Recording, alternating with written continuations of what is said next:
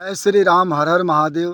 દાનના પૈસા, ધાર્મિક પૈસા પરિવાર માટે, આનંદ માટે, વ્યસન માટે ઉપયોગ ન કરો। ધાર્મિક પૈસા, દાનના પૈસા, સામાજિક પૈસા, ચેરિટેબલના પૈસા આનંદ માટે, મોજ શોખ માટે, નશા માટે, કુટુંબ માટે ઉપયોગ ન કરો। બરોબર નથી, શાસ્ત્ર પ્રમાણે પણ બરોબર નથી।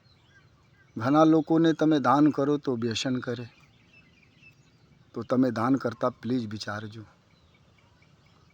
ઘણા લોકો ધર્મના નામે પૈસા ભેગા કરી કુટુંબ ચલાવે છે।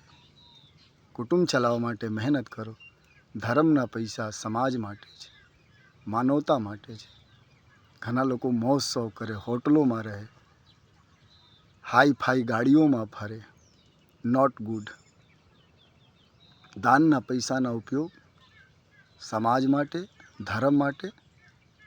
દાનના નામે પૈસા લો તો ઉપયોગ મત કરો પોતા માટે। એનામાં એ દાન લેતા હોય તો પહેલે તો તપ કરવાનું શીખો। જે દાન લેતો હોય પહેલે તપ કરો, ભજન કરો, પછી દાન લો સાહેબ। નહીં તો એ પૈસા બુદ્ધિ ખરાબ કરે, ને બુદ્ધિ ખરાબ થાય તો ભજન ન થાય, વ્યસન થાય। અને કુટુંબ પાસે જ આવે તો ઘડી કુટુંબ આનંદિત થાય, પછી દુઃખદાયી બને।